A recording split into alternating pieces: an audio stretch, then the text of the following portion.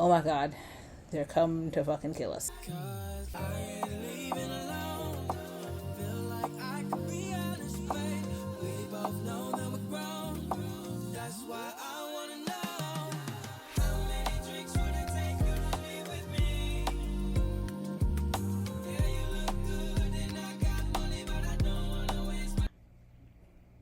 Y'all are gonna have to bear with me because my head hurts a bit. But high key, I think it's whoever's been trying to sabotage me, or the people who have been trying to sabotage me, because it's multiple. But it's alright, because me pressing play was me going, fuck you. Hi. Welcome to my bubble, where we do a little bit of adulting, a little bit of healing, and a little bit of creating. I know I've been away. I needed a break. I still kind of need a break, but that's not how the algorithm works. So we have to keep pushing this stuff out. And I've been meaning to, originally it was only supposed to be the first week of May. Technically it really wasn't supposed to be that week either, but I needed a break. And then I got back from babysitting, which that video is coming. Y'all will see that shortly. I got back from that and I was like, okay, now I'm gonna get back on my shit. And then, but I just was like, nah, I still need a break. And I'm still kind of disconnecting from socials and the internet for a while, just because Spirit has been telling me to, and I just need to anyway. But again, the algorithm doesn't care that you need a break. So I'm going to be in real life. I'm going to take a break. But you guys are still going to see me. I still got to do a bunch of shorts. Basically, I'll still be here. And as much as I shouldn't be, I'm still on Twitter too. So, but that's just a quick little catch up. I know I've been away. Don't cut my head off. Anyway, today we are back again. I want to say with the long awaited, but really it's only long awaited for me because y'all didn't know I was going to do this. Or maybe you did. Maybe I mentioned it. Either way, you can see by the title.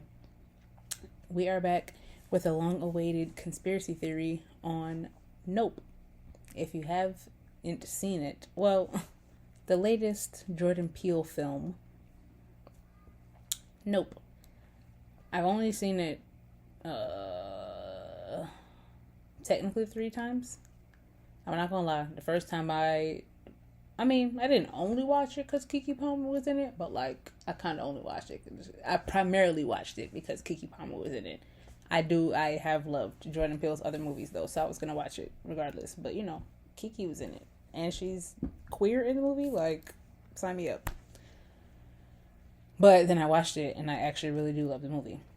But I'm sure, well, one, just like the rest of Jordan Peele's movies, it's a bit of a think piece. It's a bit of you're not going to get it when you watch it the first time. Like, you have to watch the movie to get it.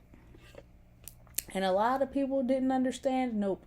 A lot of people were like, this movie's trash. I don't want to say people thought it was trash, but people were like, what is this movie about? I don't get it. I got you. I'm about to explain it to you right now. So if you saw Nope and you didn't get it, or you were confused, or you were like, what is the point? I don't see the point. Let me explain it to you. So you know me. If you're not new here, good old me, I got my notes. So I'm going to explain it to y'all. Now, surface level, Nope it's a movie about aliens, basically, right? You get that gist. But let's start here too. I love the movie. Jordan Peele is a freaking genius. He is a mastermind, and Nope is brilliantly comedic. But like, you only, aside from, you know, the delivery of the actual actors, you only get the comedy in it if you really know some shit. And like, if your mind is really open to some stuff, that's why I'm putting it in conspiracy theories. And as I go along, I will mention my other conspiracy theory videos that will like kind of put the pieces together for you if you're willing to put the pieces together. Again, no judgment. Not everybody's mind is open to all of the things. Not everybody should have access to / understanding of all the things. Hierarchy exists for a reason to a degree, but if you're willing to try and learn and try and understand it, welcome to conspiracy theories. So the movie starts off. The only question I really still have is about the shoe standing straight up. But let's go. We're gonna go in order of how the movie develops and what happens. I'm not going to tell you so much what happens in the movie, like just watch the movie, but if you remember, you'll be able to follow along. Now, I'm not going to lie. From the beginning, I don't know why the shoe is standing straight up on the set. I don't know why. That's the one part that I haven't like pieced together yet. But like I said, I only saw it 3 times. And the second time is when I noticed, whatever, let's just keep going. I don't want to jump ahead of myself. Yeah, I don't know, from the very beginning, I don't know why the shoe is standing straight up on set. I haven't been able to piece that together. Right? So we see little flashes of set, and then the movie really starts with the quote, "I will cast abominable faith at you, make you vile, and make you a spectacle." Nahum 3:6. Don't know if that's how it's pronounced. Don't chop my head off. I'm sorry. Now, the second time I watched the movie, I paused it right there and I Googled the quote. So that's this picture, right? This is what it said the first time. Now, it has the quote at the actual top, right? But then if you see the little drop down, it says, what is the meaning of that section? Blah, blah, blah. The bolded part says, the book of Nahum shows us that the path of idolatry, basically idolizing and exploitation, only leads towards death and destruction. I was like, okay, I get it. I got you. You chasing after blah, blah, blah, blah. It's only going to lead you down a path of detriment, right? Which is not a foreign concept. And that's why everybody loves to be like, you're in Hollywood, you're in the Illuminati got you. Like, panic, right? Whole time not even knowing what the Illuminati is even about or even really stands for. But again, if you know, you know. Shout out to angels and demons. But yeah, but I say I Googled it the first time because when I Googled it again after watching it the third time, then I came across this picture. And this picture references or gives the meaning of not only that line / verse, but like the surrounding verses. And it says, or the commentary is, they are preparing enemies for themselves, and if the Lord sees good to punish them in this world, they will have none to pity them. Every man who seeks his own prosperity, safety, and peace should not only act in an upright, honorable manner, but with kindness to all.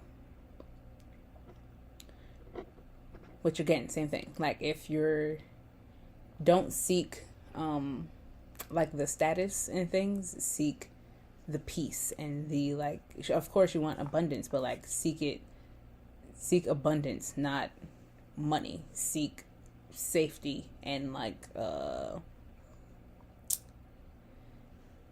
headache is stopping me, and like a solid foundation and peace and all of those things. Don't seek the influence and those things of it. On top of basically the way to get the prosperity and the peace and the safety is through kindness and through love and compassion, blah blah blah blah, right? Cool, got it. That's how it starts the movie. That sets the tone right there, which again makes perfect sense because that basically it ties into TMZ coming on later. It ties into their whole point of like trying to get the shot for money, trying to get the shot for like, if you get it, you get it, you know? Let's keep going. Right? Then we keep going. After the quote, you hear in the background as OJ is listening to the radio, you hear the reporter say that 2 campers are missing. Right? Okay. That's the first, like, okay. Then dad is training, or their dad is training, I think it was Lucky. I'm pretty sure, right? So dad is training one of the horses. He's training Lucky. And you start to see as dad is conversing with OJ, you see the tension in the relationship, and dad tells OJ, like, we don't have to sell no more horses if we land this movie, you know? He literally says to him, execute, and me and you shouldn't have no more problems. Come on, pressure, like, relax, right?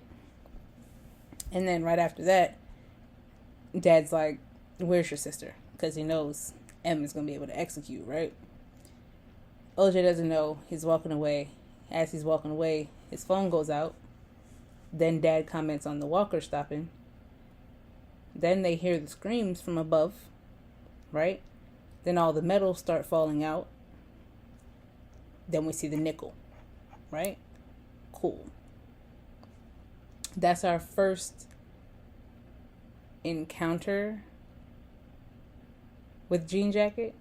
That's what happens, right? Which, to me, that's the first time he ate. Well, that's the first time Jean Jacket ate all those people, right? Right? Because if Jean Jacket spit out all those things, that's all the things from the people Jean Jacket ate, right? Flash forward 6 months later on set, this famous old white woman says to him, your name is OJ? He's like, yeah. This quiet, timid black man who's just a horse trainer doing his job is on a set is in Hollywood, basically. You know how Hollywood goes. And the star of the movie is a famous white woman, and of course his name is OJ. If you know, you know. Okay? If you don't know, look up it's the whole reason why Kim Kardashian's father was famous. Look into it, okay? Right? So I have that whole experience, and he's like, like, come on, racism, come on, prejudice, cool. But that's the world we live in, right? Cool. Let alone on Hollywood sets. But okay, right? Keep going. Emerald comes in late. She does the safety meeting because he doesn't, not only does he not want to do it, but that's just not his scene, He prefers to be with the animals. He's an animal trainer. He's not for the not chauvinistic, but the flashiness and the doing your elevator pitch and giving your, what is it called? And doing your slate the way M comes in and she does. And she executes the safety meeting and all of that, right? Let's keep going. 3 rules. M lifts off 3 rules. Rule number 1, no loud noises and sudden movements. And please keep your phones off, right? Phones off. Rule number 2, if anything looks or feels unsafe, call M, call OJ, or call your second in command. They'll get it handled, right? Rule number 3, have a great time. So long story short, the one rule is no loud movements, no sudden movements. Plus, keep your phones off. Why? Phones. Flashes. Hello? Right. Okay. After all of that, not even 5 minutes later, the horse kicks the makeup bag because you're not supposed to look him in the eyes, but somebody stood right in front of the horse and stood right in front of, was it Lucky? Yeah, stood right in front of, it's raining. Stood right in front of Lucky with whatever reflectory thing that was, and now Lucky's looking in his own eyes, and it's right. Okay, I don't like it. And she literally just said, whatever. It's okay. Keep going. Right. So now, keep going. M is talking to OJ about how Gold Rush went bankrupt, and for 3 years now, it's been Jupiter's claim. The freeze frame on as they're pulling up is the horse that, well, I was gonna say is technically on Gold Rush's land, right? Because that horse, their training horse that they use, was right next to still some Gold Rush props. But not until further up do you get on Jupiter's claim. Now that depends on how much land Jupe actually bought. Because, like, ain't no need for Jupe to have pulled up on them talking about, where'd you get your horse from? We have some of those. Like, I understand that you do, but also this one was on the outside of where your territory was, so I didn't take anything from you. Pay attention, right? Keep going. Then they have the meeting with Jupe, right? OJ says he sold 10 horses. He wants to talk to Jupe about getting some of them back. Jupe is stuttering and is like, yeah, we can talk about that. Why does he not want to give the horses back? Because he's been feeding the goddamn horses to Jean Jacket over the 6 months. Okay? Before they even get in the office to talk to Jupe, you hear the, I think it's technically his wife, but you hear the assistant she's on the phone saying, yeah, we can squeeze out a few more press passes for friends and family for the preview. It's going to be in preview of the biggest and bestest brand new live show coming to the park, right? Here they are thinking that they have, like they say later in the movie, tamed the predator, and now that they've got it in routine and in full swing of feeding Jean Jacket all these horses, it's like, okay, now we have a repertoire. Like, okay, now this can be a full show. We've done this for a couple weeks. Everything's going smoothly. Now let's make it a show. Let's bring in this money. Let's bring in all these people. Let's let them know aliens exist. This is what they're thinking, right? Cool. Blah, blah. They have the meeting, brought them lucky. We find out that OJ sold each horse for $11,500, but they want to lay the groundwork for getting them back. He mentions same offer that he gave the dad is still up for grabs. Then M sees the Gordy poster. They go into the little they go into the room. That same shoe is still standing straight up with the blood stain on the toe, right? You see the shoe in the showcase box. He's talking about the SNL sketch. He's having a flashback. Comes back from the traumatic flashback talking about legendary shit. Now, as much as he was talking about the skit, he very much was not talking about the skit. It was very much like legendary in the sense of once in a lifetime. Like, how many times can you look death in the face and live type shit, right? Keep going. They leave the meeting. They're, I guess you don't want to see what's up with that liquor cabinet thing. Right? She tries to run up on him. He dodges it and was like, all right, reflex is still quick. OJ said, I'm watching you, I'm watching you. They start reminiscing. They're drinking. They're being sentimental because, their dad just died. They ain't really had a moment to sit and really talk for real, right? Em starts talking about her horse, Jean Jacket, that was supposed to be her horse, her first horse that she actually got to train. But then Em says Pops got a Western, and all of a sudden Jean Jacket wasn't hers. Whole time Pops is training Jean Jacket for the movie, OJ is out there helping him train. Apparently the dad didn't look up at her once, but OJ's looking at her. Siblings, I got your back, bruh. I got you, right? Dad don't care. It's about the movie. It's about, we got to get this work done. Cool. OJ's like, actually, it wasn't a Western. It was Scorpion King. And it was the first job he went on. Cool. But, it wasn't much fun. It was what it was. OJ goes on to say he doesn't want to get rid of the ranch. No matter how much Jupe is willing to pay. Quote, Pops changed the industry with this ranch. I can't just let that go. Period. Hello? Lineage. We worked for these things. Don't just be so willing to give it up. Period. I'm here for that. Right? Then we go Ghost. OJ hears Jupe's rehearsal from the stadium while he's out on the ranch. He hears over the speaker, he say, every Friday for the last 6 months, my family and I bore witness to a spectacle. 6 months ago, his dad died, right? Because of the nickel. 6 months ago. So every Friday for the last 6 months, they've been selling horses. Right? Cool. After he hears that, over the speakers, power goes out. He hears the screaming and the wind is gusting, Now that M is on the ranch, she experiences the same thing with the power out. She hears the screaming. OJ hears the screams again and sees Jean Jacket fly through the clouds. Okay. Come back to the house. OJ says, "What's a bad miracle?" Is there a word for that? Meaning what?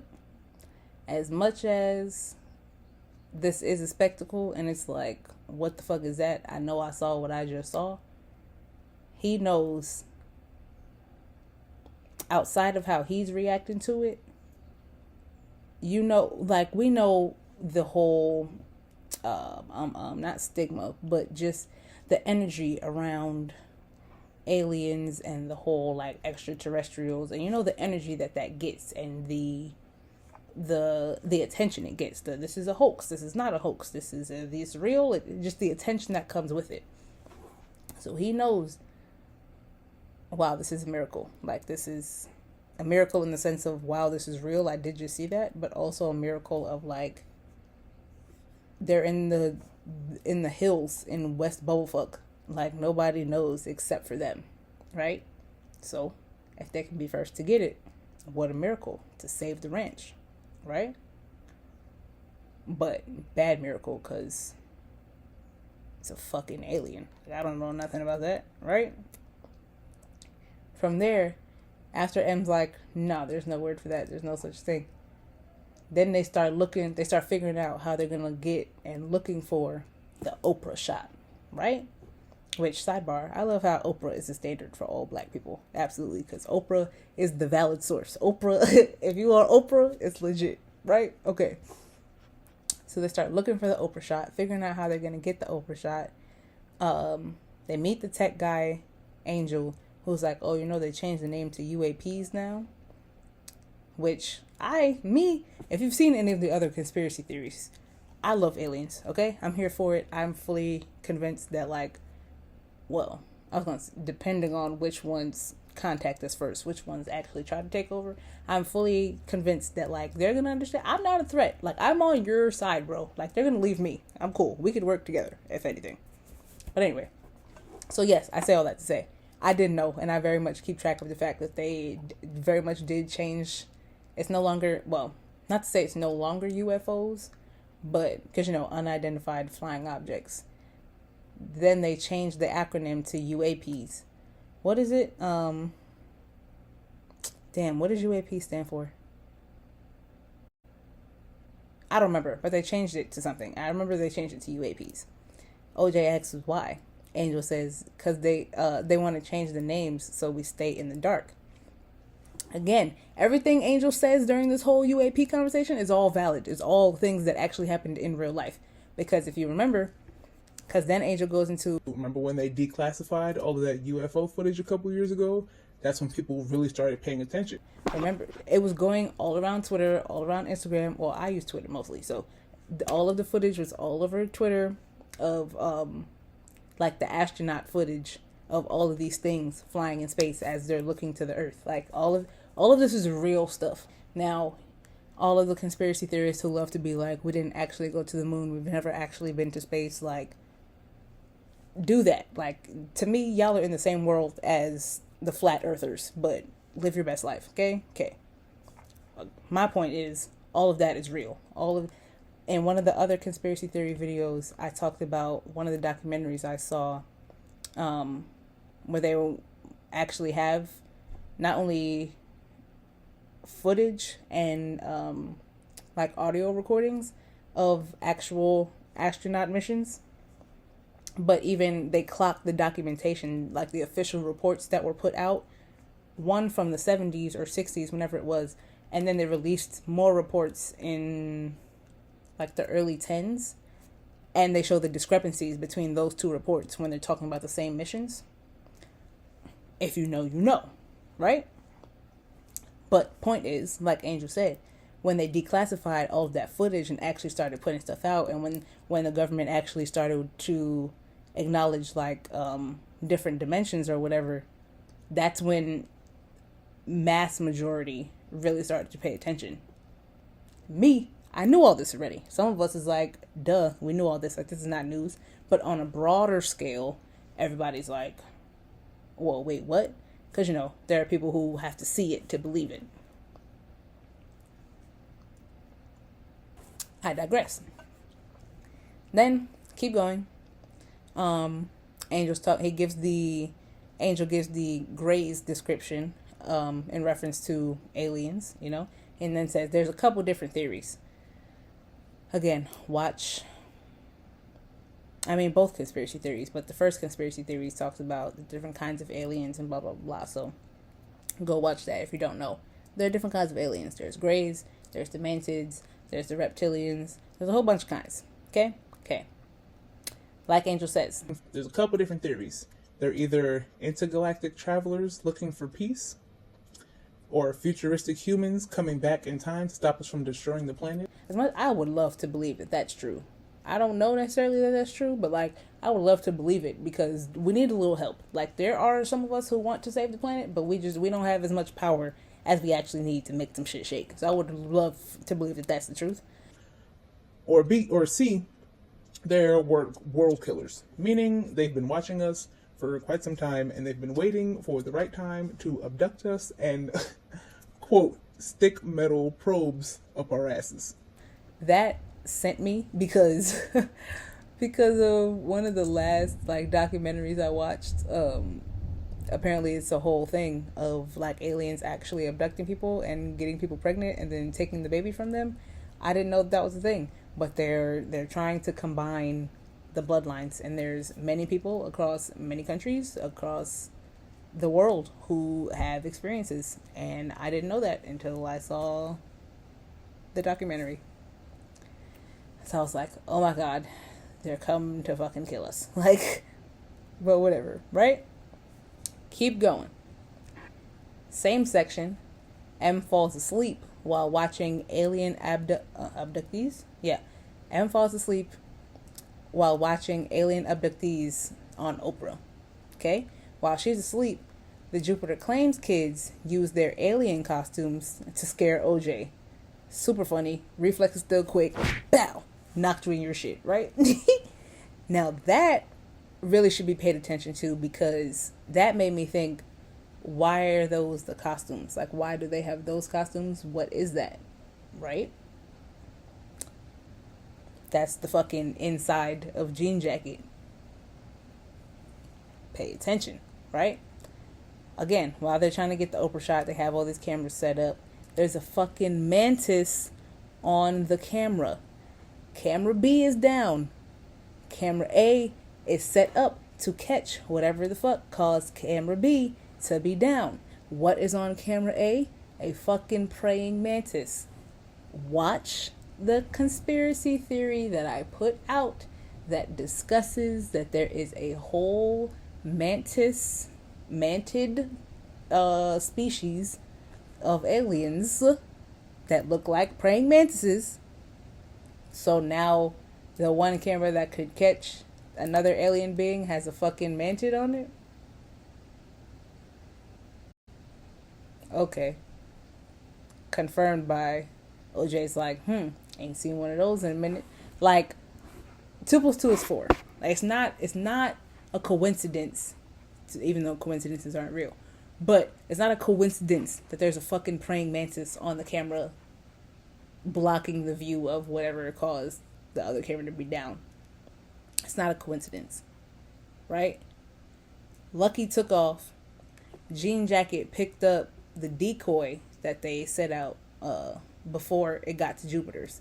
So since Jean Jacket has been eating all these horses, M set up the training horse, and before on the way to Jupiter's claim, Jean Jacket spotted the training horse, picked that up, and didn't make it to Jupiter's claim that night, so to say, right?